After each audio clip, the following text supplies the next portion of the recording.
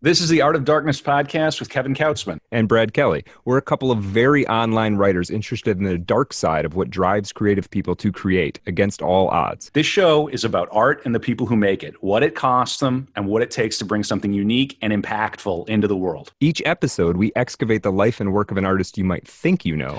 Don't worry, they're all safely dead. On every episode, we try and find out just what the hell was wrong with them and how they worked through their darkness to create something that lives on after them and continues to move culture. Find us online at artofdarkpod.com and on Twitter at artofdarkpod.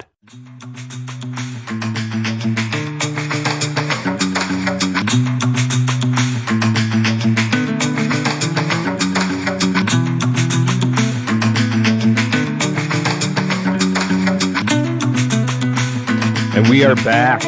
Art of Darkness, artofdarkpod.com, patreon.com, artofdarkpod/artofdarkpod. You got it. You're substack.com/@artofdarkpod. Yeah, William yeah. Seward Burroughs. No, we're not doing Burroughs today. We're doing one of Burroughs's contemporaries, are we not? That's okay, true. It's a core episode. We're back in the saddle again in the theater of the mind. Clip, clop, clip, clop. Old Pulp and Slick are back. Yeah, and today we're talking about a very exciting subject, somebody I've wanted to do since the sort of founding days of Art of Darkness, and that is Fela Anikulapo Kuti.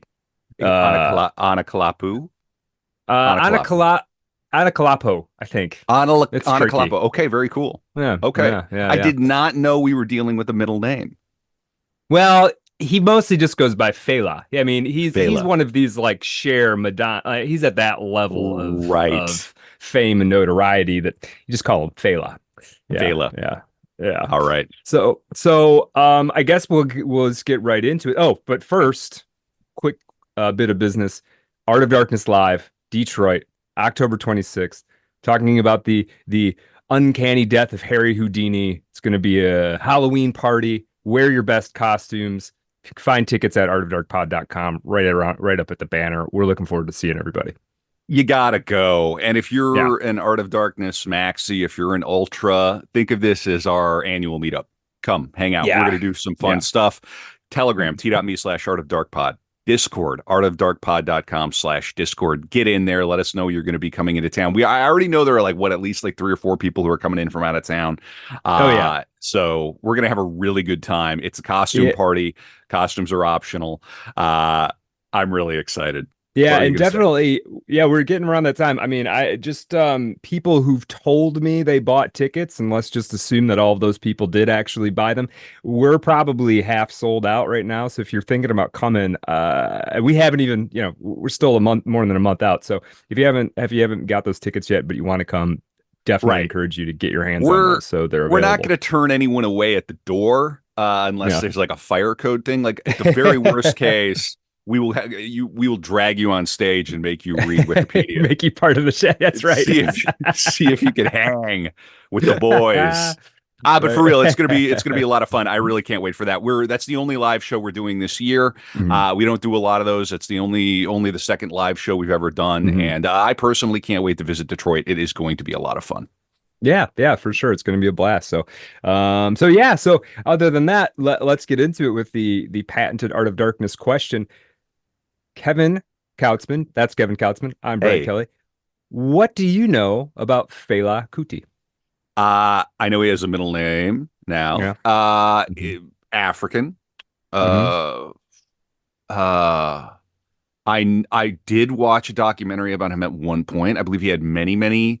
He's a band leader, very talented, very highly regarded band leader. He worked with that. Is it a Scottish drummer or an English drummer? The Ginger Baker. Yeah, Ginger Baker. The drummer of Cream. Yeah. Right. Yeah. And people would seek him out. But he lived in a compound. He had many wives. Yeah. You could say he created his own fellowship.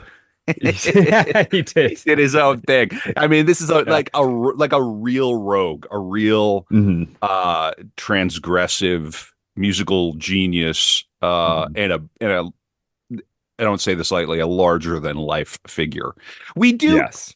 also a poster. I Yeah. think a poster for a Oh, he's got certain an certain iconic type, look, man. iconic Super look. photogenic. Yeah. Yeah, photogenic, charismatic, intense.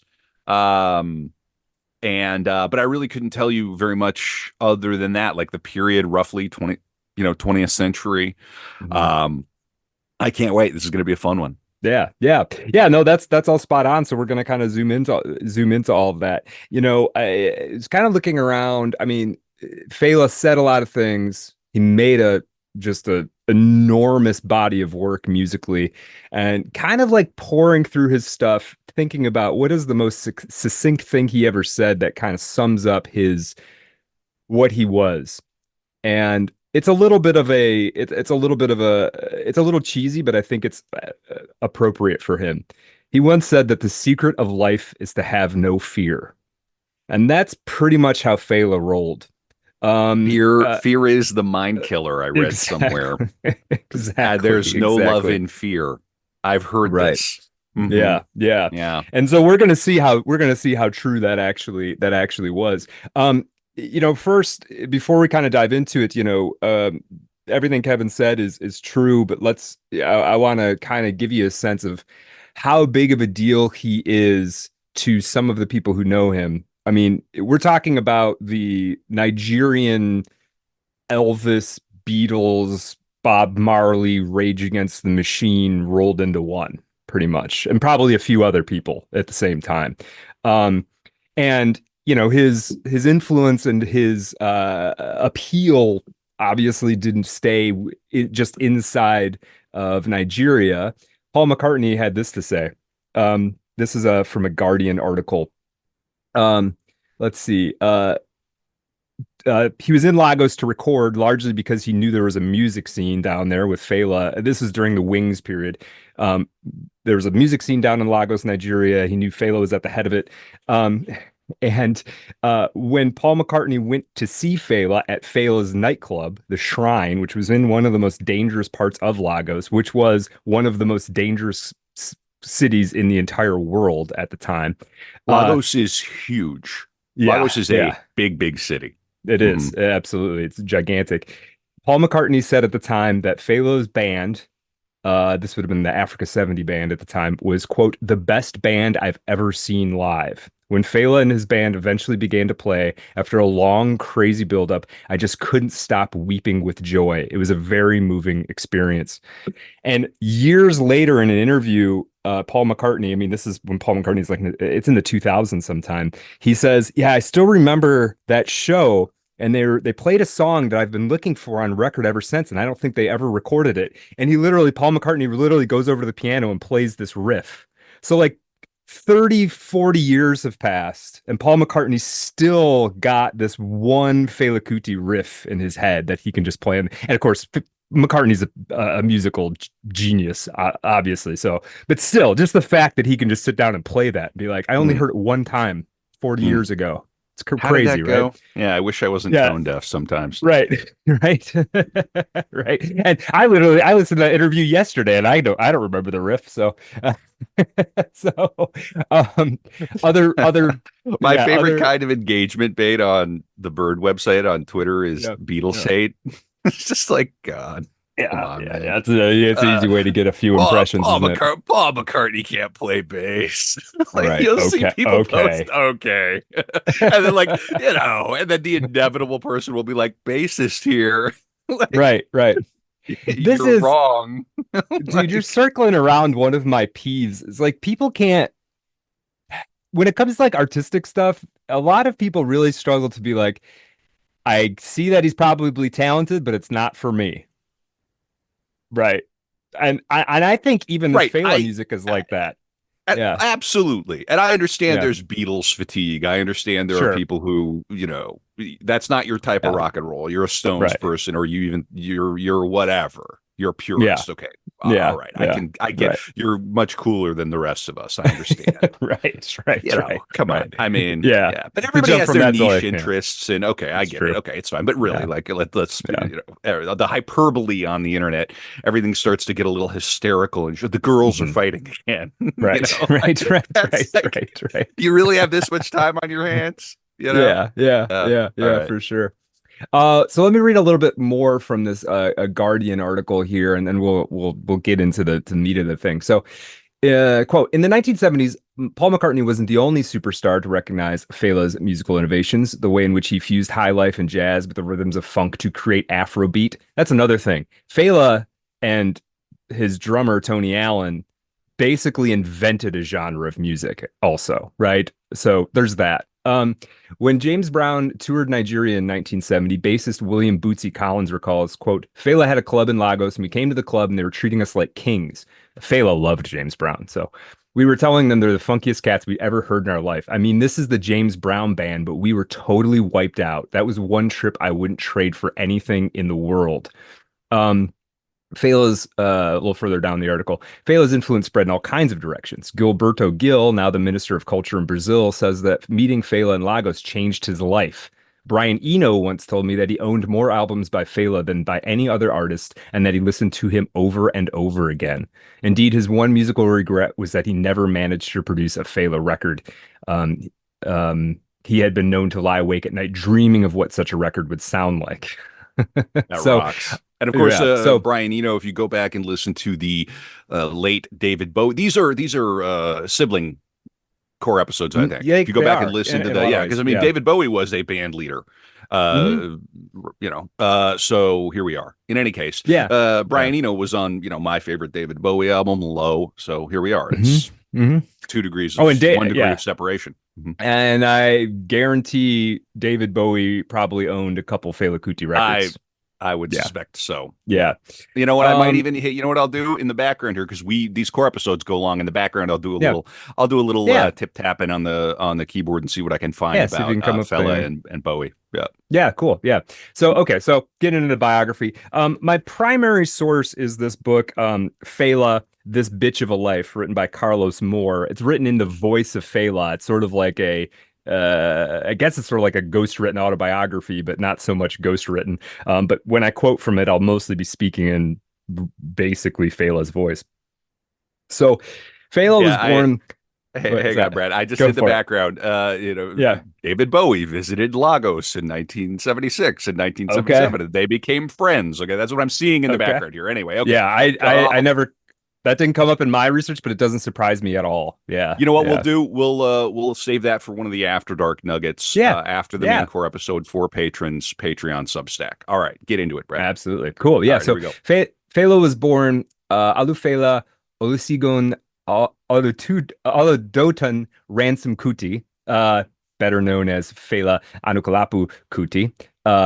He got rid of ransom, the ransom part. We'll talk about that in a little bit. Was born October 15th, 1938 in the city of Abeokuta, about 2 hours north of Lagos. As I said, he would go on to become, obviously one of the best known musicians in the world, to be honest.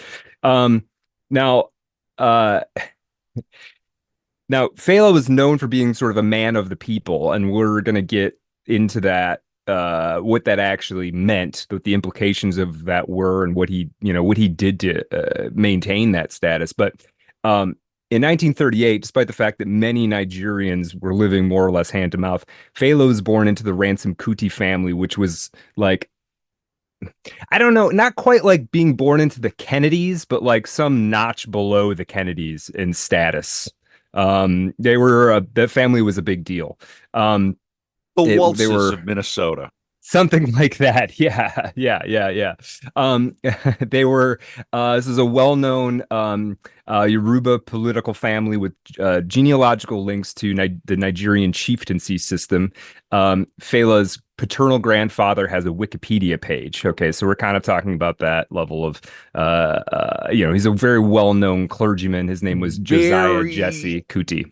Very interesting. I'm preparing my episode on Ursula K. Le Guin, and both her Hmm. parents are Wikipedia links. And I Interesting. have a lot to Yeah. say about this because she considered herself to perpetually be an outsider, yet she Mhm.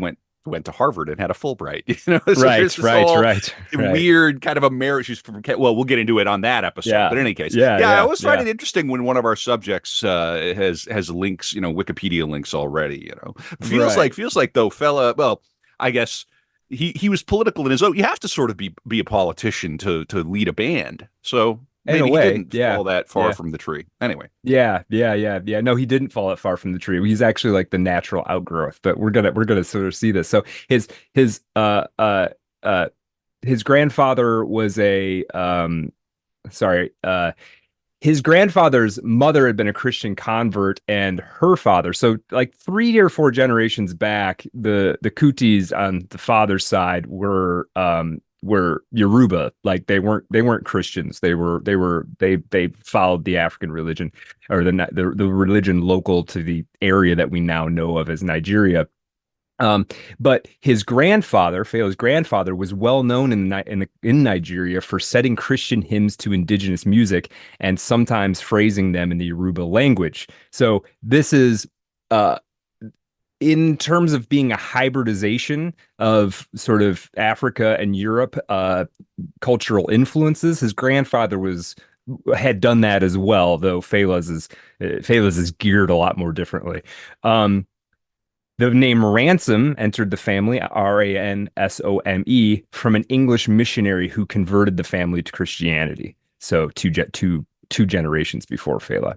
Um, Fela's father was a man named Israel Ransom Kuti, who was a clergyman and educator and was the president of the Nigeria Union of Teachers.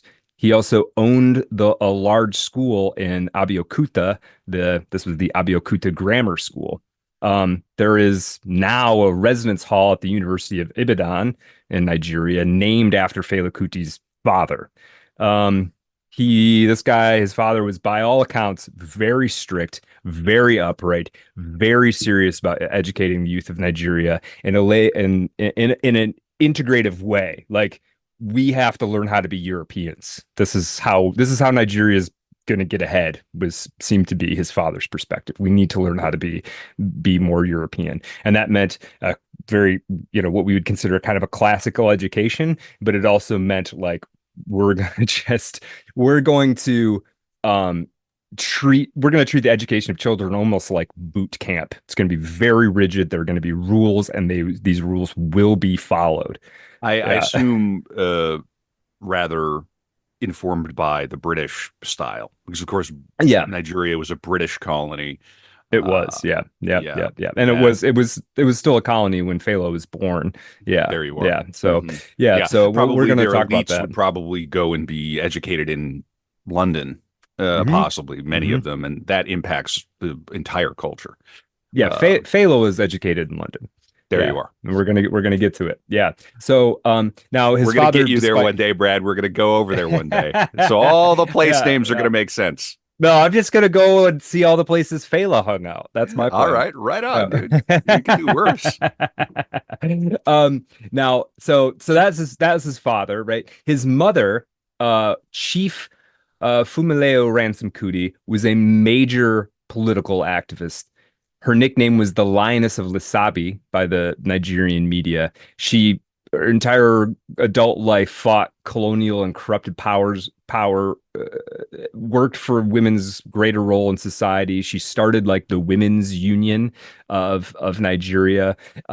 She was spearheaded the Abeokuta Women's Revolt in the late 1940s, which was basically a woman-led uprising against British colonial powers. Now, that didn't lead to the Nigerian independence, but it definitely was like it's been referred to as the Women's War. It's like that it was really a moment where like the British colonial powers were set back on their heels by all these women rising up.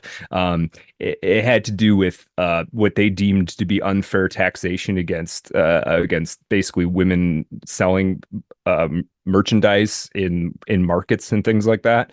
Um, but of course, that was this that the part of the iceberg sticking out over the entire resentment of the British colonial enterprise.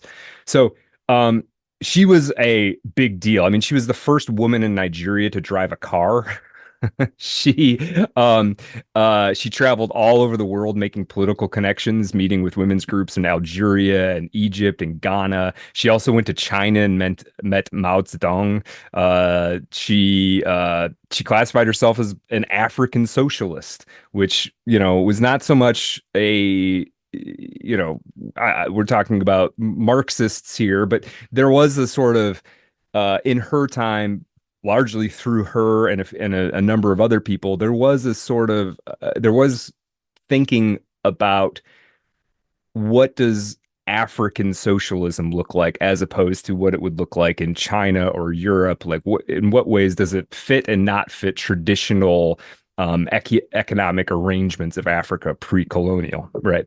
So Women be driving, women be seizing the means of production. right. That's right. That's right. Yeah, that's right. But whatever you want to say about her politics, what you can't deny is that she was tough, smart. She was a woman who lived with no fear, right? So you start to see where Fela gets things maybe more from his mother than his father, even. What does he remember about his childhood with these two sort of luminaries? Here's a quote from this bitch of a life. Quote, "My father was so strict, man. He believed in discipline. He also taught music at school and probably got his musical aptitude from his father, who was also a composer. When it came to his music lessons, he was even more strict. He wouldn't hesitate to use his cane to whip the back of his students. I was among his best students in music, but that didn't keep me from getting beaten with the Atari. That's the cane.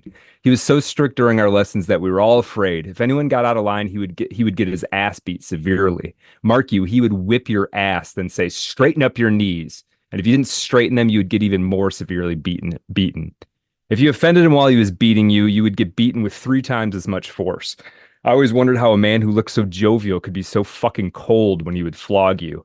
The students were terrified of him. Whenever they heard the words Agamumbo, meaning the principal is coming, there was a stampede. The whole place would become pandemonium, with everyone trying to find their own place to avoid the beatings. My mother wasn't any better than my father. She beat the hell out of me, man. My mother was the most wicked mother ever seen in life when it came to beating. Oh la la. Every time I would say, quote, 'This is the end of me.' Oh, how she would beat me. She beat me with sticks, different kinds of sticks, small, medium, big. She doesn't think about it twice. She'd say, 'Bend over, touch your toes.' And with my ass up in the air, she would beat my ass like a man. 5 strokes, 12, 24, 30. She is something else. Well, you see, I couldn't reconcile her love for me and the beating. I couldn't reconcile it. I understood it later on, but not then. My parents themselves were confused about education and how to bring us up. They were really into the white man's education. Right. So I kind of focus on that to say, I think Fela, and this is not an advocacy for any particular parenting strategy, I think Fela learned a lot getting the shit beat out of him for no reason. I think Like think our it came friend of the pod, Bukowski. yeah, yeah. And I think when it came out later, when you've gotten your ass kicked that much, I think there's a bit later where you're like, what are you gonna do? Beat me up? Yep. Like, okay. You know how many times I've been beaten up? Like, it's By the people really who should have protected me the most, by the people who could hurt me the most, hurt me the most. What are you going to do? right, You're going to right, put me in yeah, a exactly. cage? Right, Oh, boo-hoo. right, What are you going right, to do? right. Right. Yeah. Yeah. So Yeah. I think it did like end up leading to this sort of physical courage that is unusual in a person. Probably, Um, probably a lot of social courage too.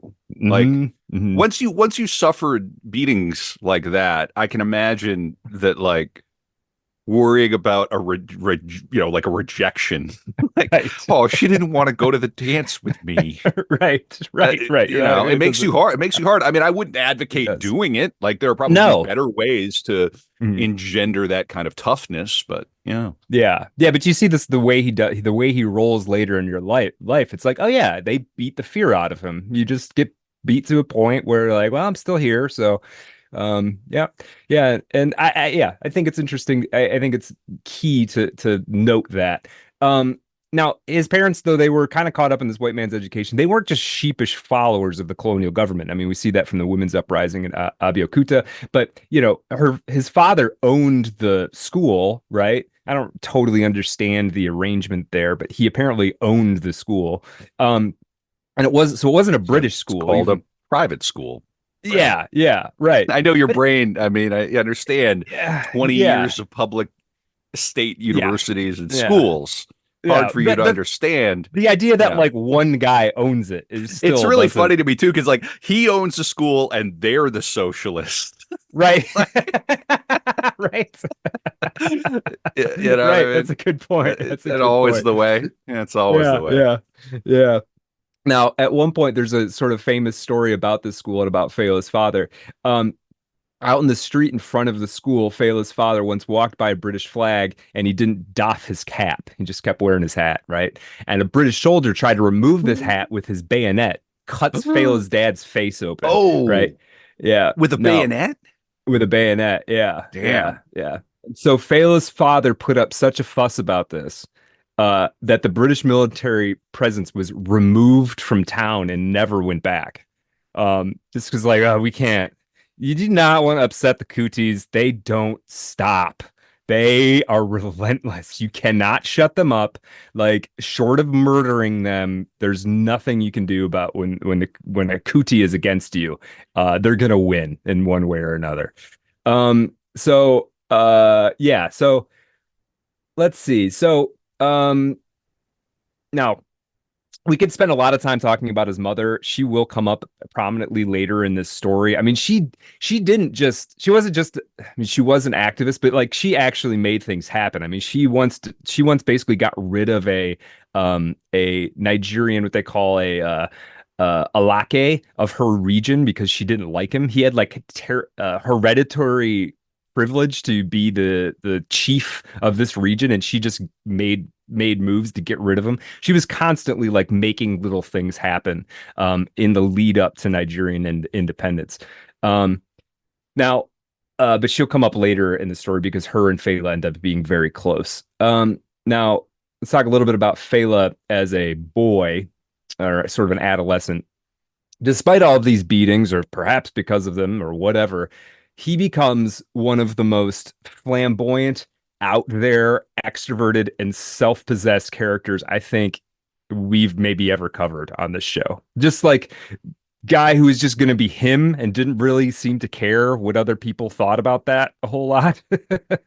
And you can see this even in like when you see the beginnings of this when he's a sort of an adolescent, especially as he starts to get into his later teens.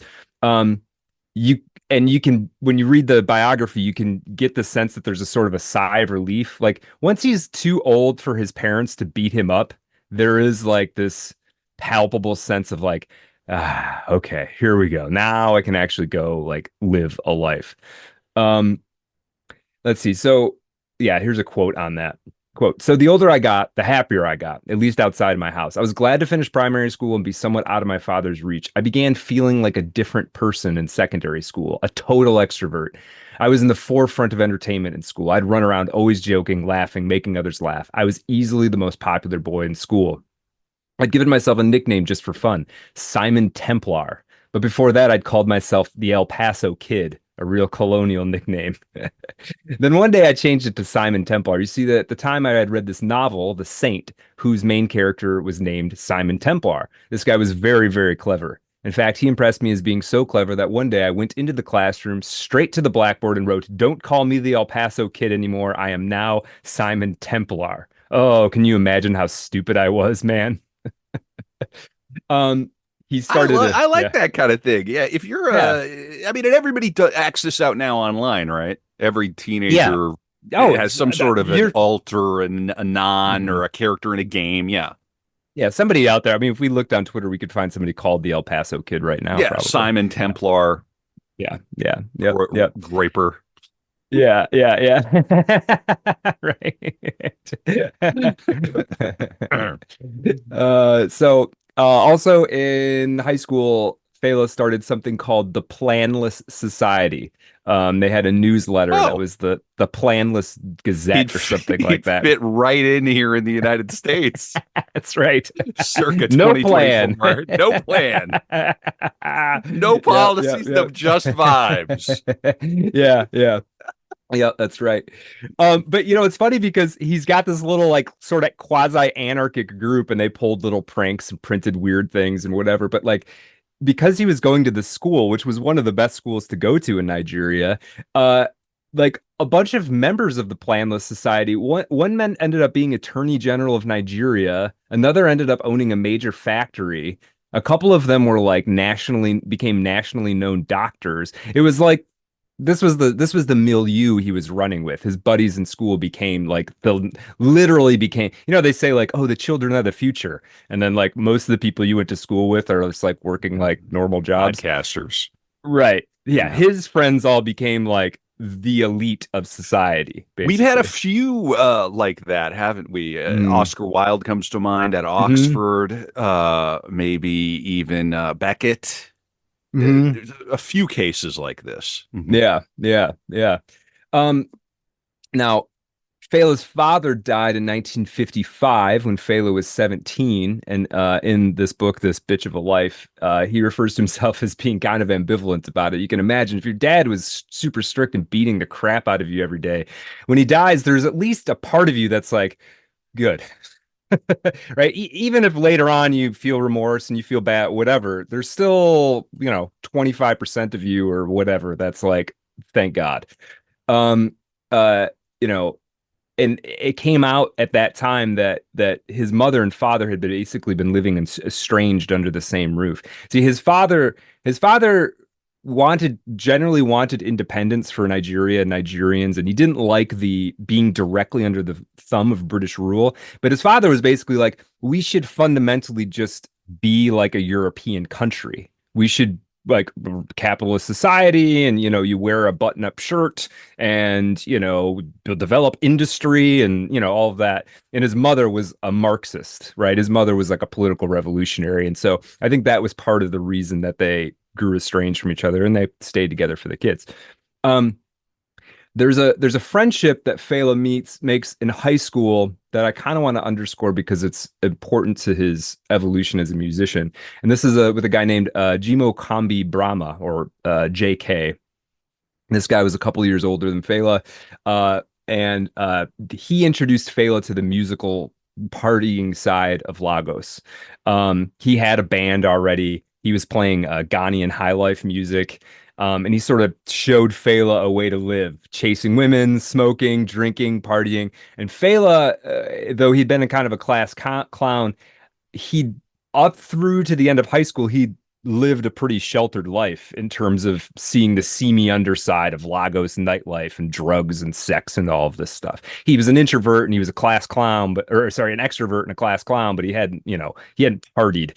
And this process starts right towards the end of high school. Now, there's I mentioned high life music, and people might not be familiar with it, and so I'm just going to take a quick diversion to talk about high life, because high life, the genre of music that is called high life, is really important to understanding what Afrobeat is, the genre of music that Fela Kuti and Tony Allen innovated. Um, High life is a Ghanaian music genre that originated along the coastal cities of present-day Ghana in the 19th century, when Ghana was a colony of the British. It actually describes multiple local fusions of African meter and Western jazz melodies. It uses the melodic and main rhythm structure of traditional African music, but is typically played with Western instruments.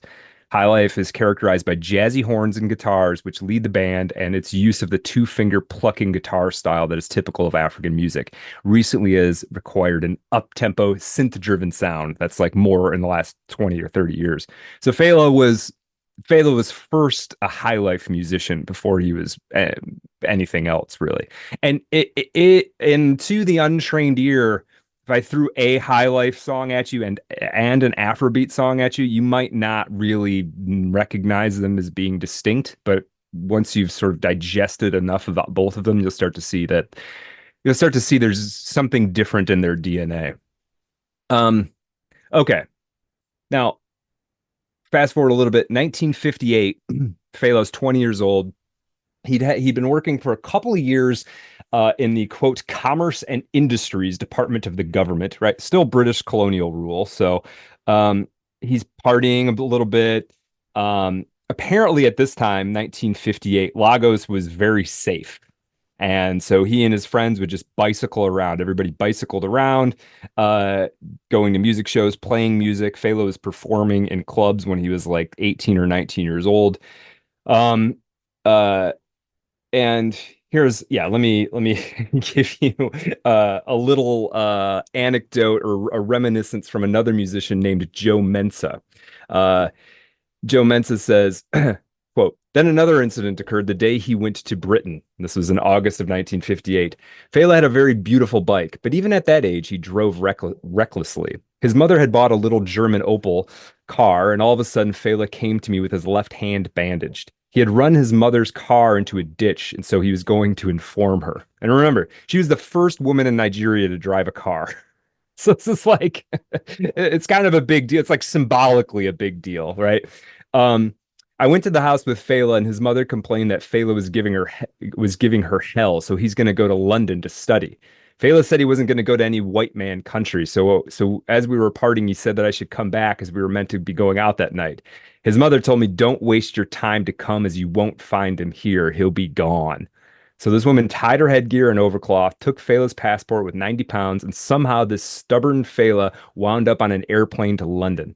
And that's how we parted in the first phase of our friendship. In London, he went to stay with one of his brothers who was training to become a doctor, as his mother also wanted Fela to be a doctor. From what I understand, he entered medical school briefly. There's some disputes about this whole medical school thing. Some people say he went there to study medicine, or he told his mother he was going to study medicine. He immediately began to study music. Others that he was always just going to study music. It's a little confusing. Um, uh, but anyway, he's off to London. He stays for a little while with his cousin, who's a well-known writer that some people know, Wole Soyinka, who won the Nobel Prize for Literature in 1986. So that's Fela's cousin, right? This is a prestigious family, for sure. Uh, uh, Yeah, so that's wild. That one of those in your family, one Nobel Prize winner. That's too much. right. Or that's enough. That's enough. Yeah, Talk about yeah. that for a few generations. Yeah, exactly. Now, so he enrolls in London. He enrolls in the Trinity College of Music, and there was a bit of a Nigerian sort of expat scene in London, and probably still is. There certainly was at the time. It was still Nigeria was still under British colonial rule. So as you said, the elites of Nigeria would a lot of them would end up going to London, sending their kids to London to be educated. Um, and he gets there. JK, his friend from high school, is also there. He's studying law, ostensibly at least. And Fela and he and some West Indian guys start a band called the Kula Lobitos, mostly playing high life music with a few of Fela's earliest compositions. Um, they had a band of like 9 or 10 guys, and they were playing in small clubs, mostly playing to the Nigerian expat community and the sort of the college student crowd. Um, Now at this time, and they increasingly were getting popular. They weren't selling out arenas by any means, but they were becoming a draw over time, and this started attracting a lot of women. And Fela had never really attracted apparently a ton of women up until this time. Um, and he claims, though there's disputes about this, about how early he started drinking and smoking weed. But Fela claims he never did any of that until he got to London. The devil's cabbage. That's right. Marijuana plays a huge role in this story, actually. um, yeah. Shocking. Yes, yeah. So, but just putting kind of a pin in that is like he comes to London. He's a talented musician.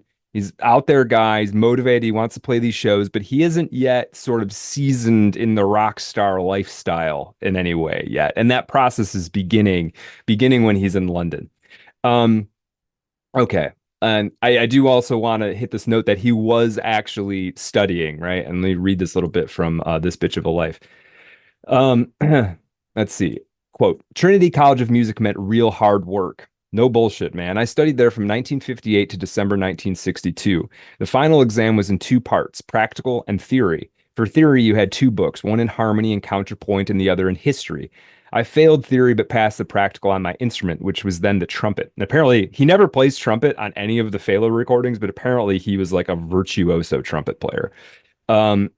At Trinity, if you failed one part but passed the other, you had 3 years to pass the one you failed. And if you didn't pass it again within those 3 years, you had to pass both parts all over.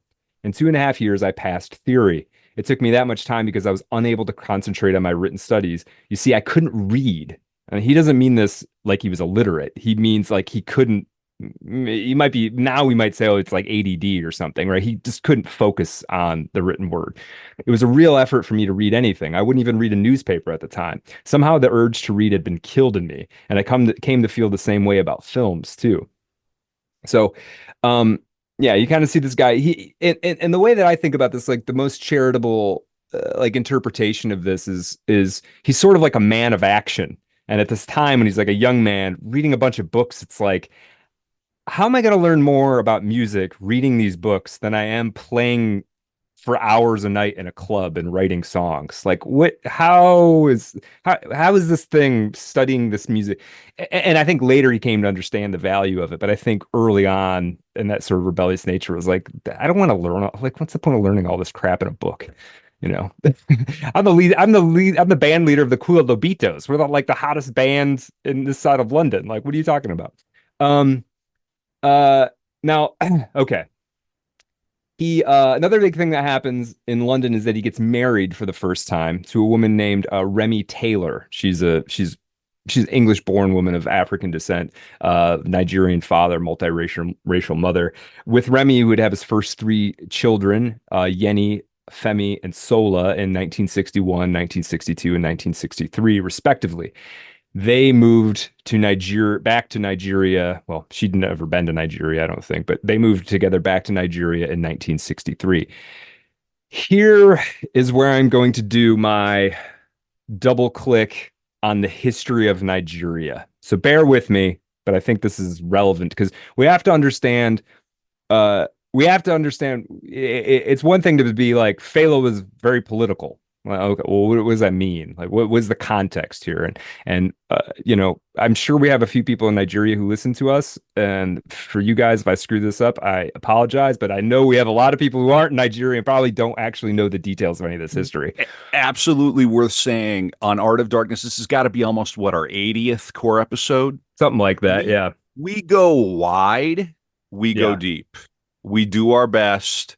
We are not perfect. We try to make corrections when we hear from people, and we like hearing from you if we get something wrong or if you have feedback. We're not hard to find. artofdarkpod@gmail.com. There's even a channel now in the Discord for corrections. So if I hear from somebody, if we hear from somebody, hey, something wasn't right, we at least throw it in there. We try to, major ones we try to do on the episodes themselves, although it's quite hard. It's difficult to do. But in any case, we take that seriously. Maybe we seem a little grandiose trying to take on all of these different topics. We really are modest. So if we don't get something right, just please let us know. Yes. Yeah. And so I did the little presentation here, the sort of side presentation on the history of Nigeria. I tried to get all the facts right, but you know, nobody can tell the history of anything. American public schools, people, come on. Yeah, nobody gets on the label. Yeah, exactly. Well, and history itself is just, everything's just crazy right now. We do our best. That's the point. We do our best. Yeah. So let me get into this real quick. So, okay, history of Nigeria. Today, right now, the country has a population of 230 million. It's the most populous country in Africa by quite a bit, and the sixth most populous country in the world. The largest city in Africa is Lagos. Fela's city of Lagos is the largest city in Africa. Now, okay, where to start? Let's say this. Nigeria, over time, is settled and occupied by a number of historical kingdoms and empires. Beginning in the 11th century, though obviously there's history before that, beginning in the 11th century, there was the Bornu Empire and the Hausa Kingdom, which brought Islam to the region. Christianity came a little later in the 15th century with Augustinian and how do you say it? Capuchin? Capuchin? Capuchin? Whatever. I would say Monks. Capuchin. Yeah. Yeah. Capuchin, Okay. maybe. I don't Capuchin. It know. might be Capuchin. Yeah. I don't know. Anyway, Yeah. they brought Stephanie Christianity. Leahy would know. Friend of the She would pod, know. Stephanie Yeah, Leahy would yeah, know. yeah. Now after sort of Islam comes in the 11th century, Christianity comes in the 15th century, and once you start hitting like the 16th century and on, the coastal towns of Nigeria become a hub of the transatlantic slave trade. Especially this is really kicking off in the early 17th century. The rates of people being taken from West African in the year 1650 are 3,000 per year. And then in 1700, 50 years later, there's 20,000 people per year being taken from West Africa and taken through Nigeria, out of Nigeria, and this transatlantic African slave trade. And this all peaks at about 76,000 people per year by 1792. During the 1700s, much of this trade was centered around what's called the Bight of Benin, also known as the Slave Coast. And then, this history there's a lot of things happening within this history, obviously, but from the period of 1740 through the 1807 Slave Trade Act, the British were the primary traffickers out of West Africa, purchasing about 2,000 slaves a year in Lagos alone. They were buying them from other Africans, right? I mean, I think everybody knows this. And so in 1807, the year 1807, when the Slave Trade Act was passed, Nigeria was not a colony. There was a lot of British influence there because of the slave trade, but it wasn't actually a colony. And of course, the modern boundaries of what we know of as Nigeria now did not exist at that time. One of the chief, quote unquote, partners of Britain was the Edo Empire, also known as the Kingdom of Benin, not to be confused with the modern day country of Benin. Now we need to talk about what the Slave Trade Act was, because it happening set some other stuff into it was a domino that knocked down other dominoes that led to the Nigeria that Fela lived through, right? So this is just from Wikipedia. Quote, as British historian Martin Meredith writes, quote, in the decade between 1791 and 1800, British ships made about 1,340 voyages across the Atlantic, landing nearly 400,000 slaves. Between 1801 and 1807, they took a further 266,000. The slave trade remained one of Britain's most profitable businesses. The Committee for the Abolition of the Slave Trade was formed in 1787 by a group of evangelical English Protestants allied with the Quakers to unite in their shared opposition to slavery and the slave trade. The Quakers had long viewed slavery as immoral and a blight upon humanity. Fair enough. By the 1807, the abolitionist groups in Britain had a very sizable faction of like-minded members in the British Parliament. At their height, they controlled 35 to 40 seats. Known as the, quote, Saints, the alliance was led by the best known of the anti-slave trade campaigners, William Wilberforce, who had taken on the cause of abolition in 1787 after having read the evidence that Thomas Clarkson had amassed against the trade. These dedicated parliamentarians had access to the legal draftsmanship of James Stephen, Wilberforce's brother-in-law. They often saw their personal battle against slavery as a divinely ordained crusade. On Sunday, October 28th of 1787, Wilberforce wrote in his diary, God Almighty has set before me two great objects, the suppression of the slave trade and the reformation of manners. So in 1807, British Parliament signed the Slave Trade Act, which prohibited slave trade in the British Empire and made it illegal for any British subject to participate in the slave trade. Great. It did not emancipate slaves, say, in the United States. I mean, how could it, right? But it was a step, in the direction towards the ultimate abolition of the slave trade. However, to enforce this ban, the British Royal Navy substantially stepped up its influence on the West African coast, creating what was known as the Blockade of Africa. The British influence eventually expanded to the Portuguese government and the American government. While the slave trade kind of persisted, a lot of it at that point after 1807, a lot of the new slave trade out of Nigeria was actually the Brazilians going in, buying slaves and sort of smuggling them out past the blockade.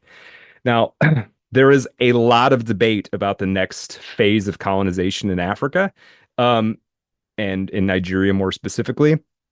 Some contend that it kind of worked like this.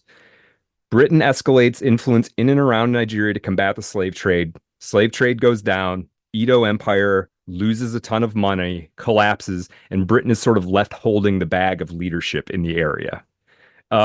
The opposing view is that the British Empire effectively replaced the very profitable slave trade with colonization of the areas. Like we can't make money off the slave trade here anymore, so we'll just kind of take the place over and make the money off of all the other resources. I think there's probably some truth to both things. I mean, one thing is the Slave Trade Act of 1807 did seem to come out of religious and moral a sense of religious and moral obligation to end the slave trade. The dominoes that kind of fall after that, it's well, anytime there's crisis and uncertainty, there's going to be people who swoop in to take advantage of it, right? So I think there is that element. Whatever the case,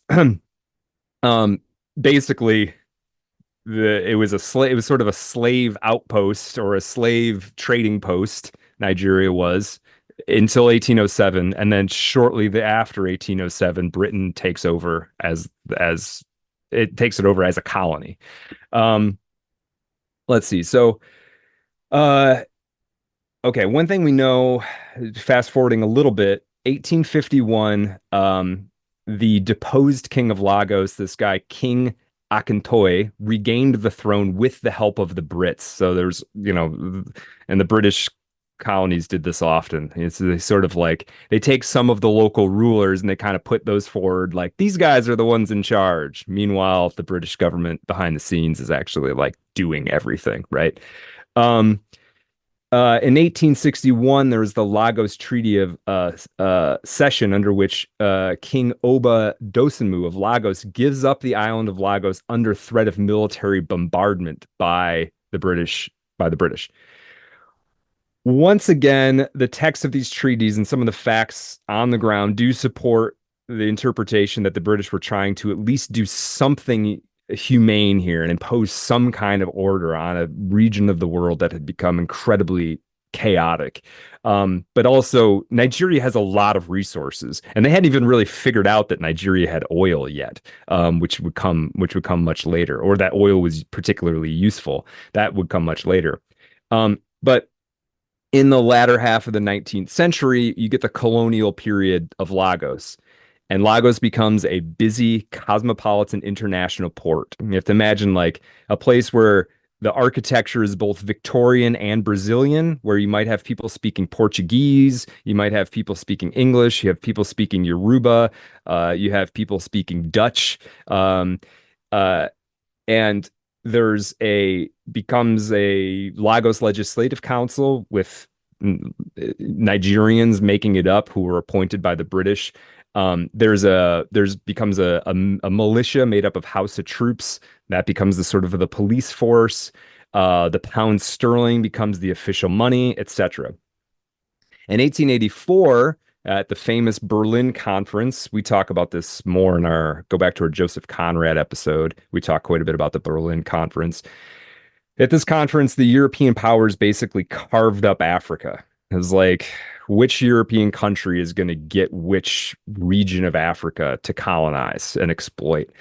The European powers the Brits basically claimed what we now know of as Nigeria, calling it first the, quote, Oil Rivers Protectorate and later the Niger Coast Protectorate. And over time, just kind of expanded influence in the late 19th century and the early 20th century. And it's key to remember that Nigeria didn't exist as a country before it was a colony. It wasn't clearly defined in the map. You had regional empires and chieftaincies that were all sort of in tension together. So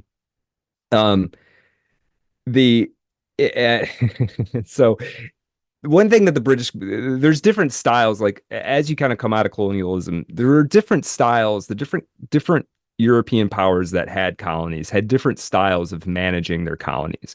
And the British did a few different things. We're good at doing a few different things. One was making it appear as though there was some amount of local governance, and sometimes there was. Another thing that they were really good at was carving things up so that they would be internal tensions. So if you were to just draw lines around, it's like, okay, all the Igbos live here, so we'll make that one country, and all the Fulani live here, we'll make that one country, and all the Yorubas live here, we'll make that one country. Then there would be like these internally consistent regions. That wasn't how the Brits wanted to leave things. What they wanted to was sort of gerrymander it so you had enough of all of those groups so no one group could get too much power. You wanted there to be internal tensions opposed to each other, right? It's funny because we set up a country that does that as like a feature, not a bug. Right. But it feels a little buggy. Right. Yeah, like, exactly. Did we do it to ourselves? Kind of. It seems that way. I was reading a little bit just to muddy the waters a little bit in the background. Please do. I was poking around reading a little bit about the reality of the abolition of the slave trade, not simply being informed by morality, but having real economic underpinnings, because Britain, of course, gave rise to the Industrial Revolution and manufacturing. They didn't need it so much anymore.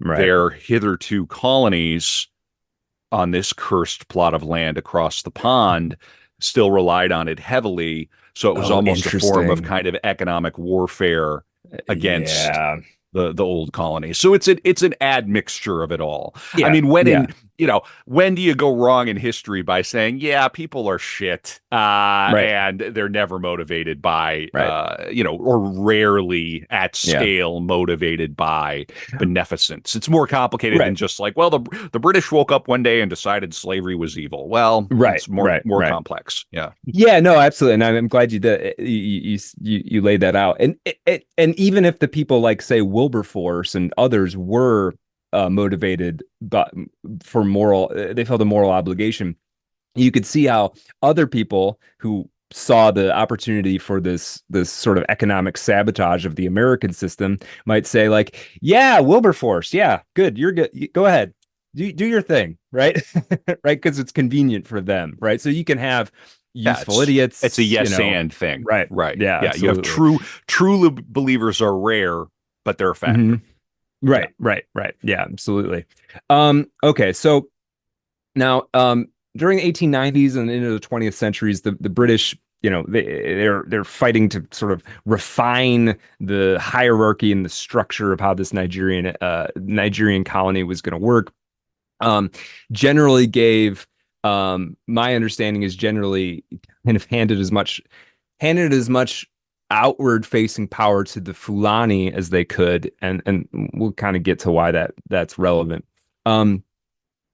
There's and then sort of as time goes on, we approach World War I, and this guy Sir Hugh Clifford takes over from the British side. He was a very liberal-minded dude by all accounts, and believed that the benefits of Western society should be injected into the country of Nigeria as quickly as possible. And so this meant economic development, but also meant the prohibition of liquor. And this guy did seem to actually be sort of like within the, like, we're running this colony, like, for good or ill, like within that, trying to make the most of it for the greatest benefit, not only to Britain as an empire, but also to at least some of the Nigerian people, right? But over time, the exposure to sort of Western ideals, coupled with these internal rivalries we talked about, and then fueled by sort of what some people saw as an unfair allowances granted to the Islamic North, led to a sort of Nigerian nationalism that was fueled by independent Nigerian Christian churches and a rapidly developing hierarchy of Nigerian organizations. So there was this sort of way in which some of the people of Nigeria, as they became more educated and they started to see how the Western powers, European powers, arranged their power, how they administered a government, started to say, well, what if we start putting organizations together, right? What if we have a church and you have a church and we all kind of get it together and then we make an organization, and they started to, I think, recognize the power that they could have. It's like, okay, well, what if we play the European game a little bit? We could probably claw our way to some degree of independence by doing that, right? And it does somewhat start to work. By the 1920s, there's a new constitution which allowed for a greater participation in the governance by Nigerians. And by the 1930s, the national youth movement was making a persuasive case that Nigeria should have what was called dominion status. It would turn them into a commonwealth like Canada or Australia, as opposed to a colony, right? However, the Brits, with better alliances in the north with the Fulani than in the south with the Yorubas, largely backed the North, and sort of stoked the flames of the extant rivalries, which eventually could have led to a civil war. By the late 1950s, several regions of Nigeria were largely self-governing, and we'll kind of gloss over a few things here, but there starts to be, after World War II, there starts to be a wave of decolonization and independence in Africa. The first among the British colonies to achieve this was the neighboring country of Ghana. And in 1960, Nigeria achieved independence through actions set in motion by the British Prime Minister Harold Macmillan. In this earliest iteration of independence, it was basically self-rule with a nominal head of state in the British monarchy. So at one time, Queen Elizabeth II one of her titles was Queen of Nigeria, which I just think is interesting. Yeah. I will say, as an American, when you spend much time over there, colonialism and post-colonialism, that is the topic du jour. That is the humming reality of their sort of psychosocial landscape. That and class, the way that, let's say, maybe race dominates the American psyche, for better or worse. Over there, post-colonialism it's just in the water in a way that, as an American, you don't really, because we're in the middle of being the empire. They are post-empire. Right. And so there's just, I'll never fully understand it, but you're reminding me of different moments that I had when I was over there, sort of realizing, oh, wait a minute. Like, well, and this isn't, I mean, depending on who you ask, they either oppressed billions of people or lifted up billions of people, or a combination. It's just a mess. It's just a mess. Right. Yeah. And then there's also like no A/B testing of this thing either, right? It's like, in the vast sweep of history, they were a British colony for some number of decades. You can't compare it to what it would have been like if it wouldn't have been. There's no. Right. And reactionaries will try to do that. We'll say, okay, well, look at this. I mean, and listen, you can do, and we're not scholars of colonialism on this podcast, but people will point out that, like, of your poison, the British were not the worst of the colonizing powers. Yeah, it certainly wasn't as bad as the Belgian Congo. Right, the Belgians get a real bad rap, but it's highly complex, and I don't really want to weigh in too much on it. But it's a very interesting thing to consider, and even to this day, the language that people speak, it's just influenced by this. What a trip. Yeah, absolutely. Our world, all this great science fiction that everybody writes. I'm thinking about Ursula a lot. Our reality truly is as strange as anything anybody's conceived.